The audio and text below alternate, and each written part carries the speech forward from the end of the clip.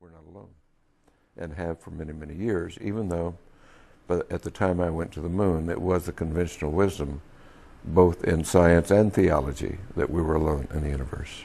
We're just barely out of the trees, even though we think we're rather sophisticated. But I do like to tell the story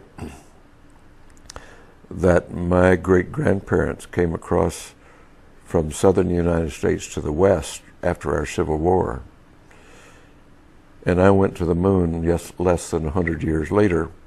They came across in covered wagons. So from covered wagons to going to the moon in less than 100 years in our lifetime is a rather significant event. It tells us how primitive we have been until the modern era, and we're still rather primitive.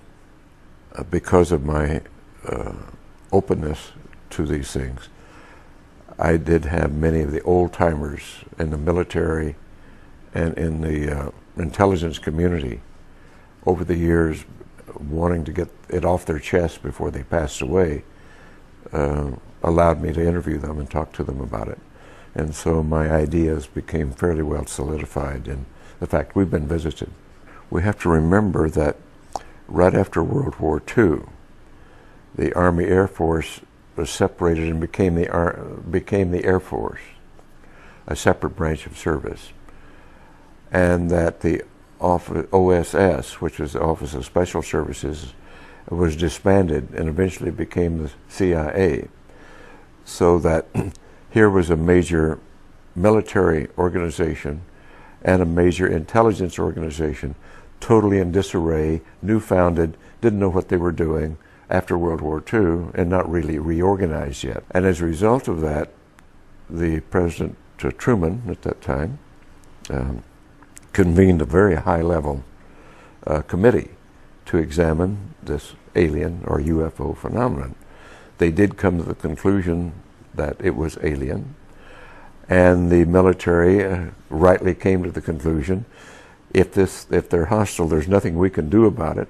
Therefore, their choice was to deny it and to hush it up and create the National Security Act of 1947, which validated that deception and covered it up and allowed the group to go underground, as it were. And we've been living with that now for 50 years. It is really the beginning of the whole cover-up, the entire denial of this phenomenon, and the addition of dismissal, disinformation, misinformation to cloak and to discourage investigation, to misinform. It's just been continuous for many, many years now. Eventually it came away from the fear, I believe, of not being able to protect and do their duty to the notion of power and control, controlling the knowledge and the technology. And the group involved with that is still doing it. We have created our reality here, and we have created it right now rather badly, for it's not a sustainable reality. We have created, with our science and technology, instead of using it for the greater good, it's been captured by interest, greed, self-service, which is rife. And instead of using it, all of our technology and our brilliance and genius for greater good, we use it for self-service. And that's not going to work. It's important that we look at our civilization, our place in history, use our tools of science for greater understanding, to promote the greater good, and that's what it's all about.